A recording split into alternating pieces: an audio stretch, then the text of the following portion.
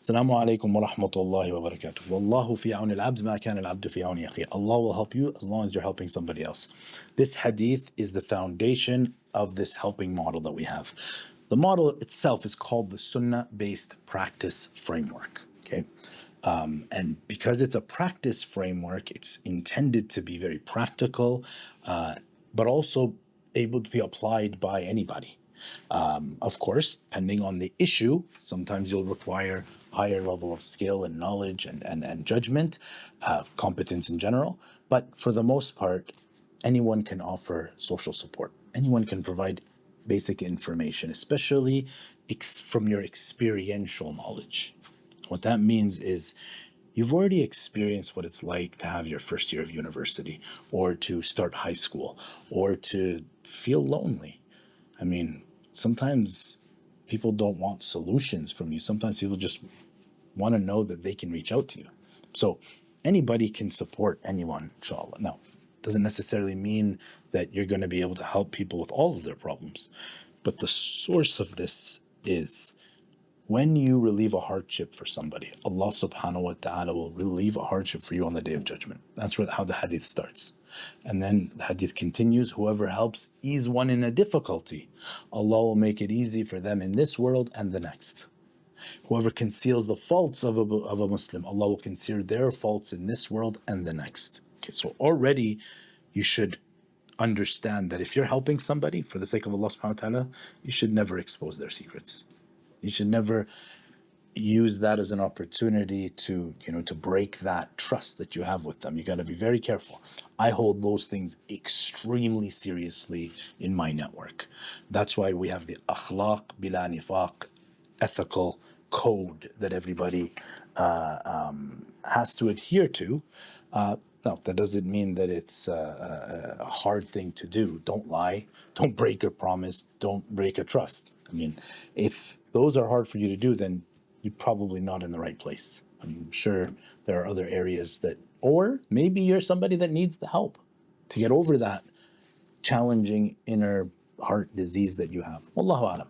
But the point being is that Wallahu fi auni al-abd ma kana al-abdu fi auni akhi. Allah will help you as long as you're helping somebody else.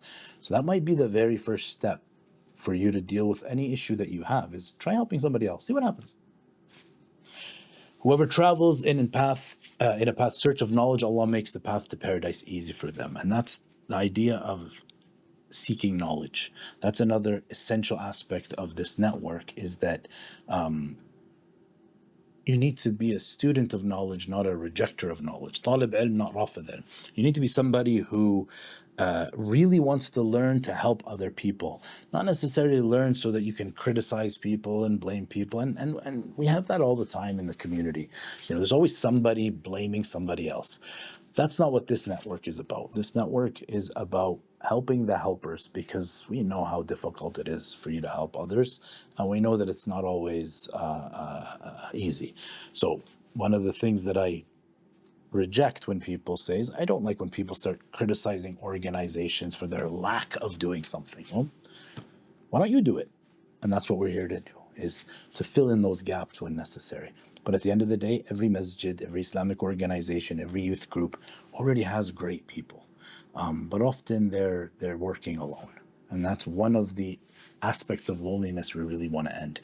Another thing that happens is sometimes they're really passionate, but they lack the knowledge or the skills. That's another reason why we exist, to end that loneliness and ignorance. Finally, when the Prophet Muhammad ﷺ says that when people gather in the house of Allah, reciting the book of Allah and studying it, the tranquility descends upon them, mercy covers them, angels surround them, and Allah will mention them to those near Him. And whoever is slow to do good deeds will not be hastened by his lineage. If you want to unpack that, when you get together and you're learning about the Sunnah-Based Practice Framework, when you're learning about the Prophet Muhammad ﷺ, and Rasul ﷺ was a walking Quran. So you're learning about, inshaAllah, about what Allah subhanahu wa ta'ala is saying. And I'm hoping, inshaAllah, that this counts as part of this hadith, but it's an essential aspect of what we're doing. And this is why Not all the videos are going to be directly related to skills. A lot of them are going to be related to you, your own attitude and your own heart. So I hope inshallah ta'ala that the online resources are beneficial, but there's nothing more powerful than a one-on-one relationship with somebody, wallahi. And this is the thing that I want to convince you of throughout the series, as well as the network that you join. The last part, whoever's slow to do good deeds will not be hastened by lineage. It doesn't matter who you are. It doesn't matter where you come. It doesn't matter how much wealth you have or what status you have. At the end of the day, it's your amal salih, it's your good deeds that differentiates you from everybody else. So ask Allah subhanahu wa ta'ala to ensure that you're not an imma, you're not a follower. You're not somebody who, when people do good, you do good. When people do bad, you do bad. No. You are somebody who knows how hard it is to stand up for justice, to do the work that you do it anyway. You shouldn't be alone. We're here to help. So a reminder, Allah will help you as long as you help others. If that hadith is settled inside your heart, you believe it truly, then join the network inshallah ta'ala, and let's look forward to the next steps. Assalamu alaikum wa rahmatullahi wa barakatuh.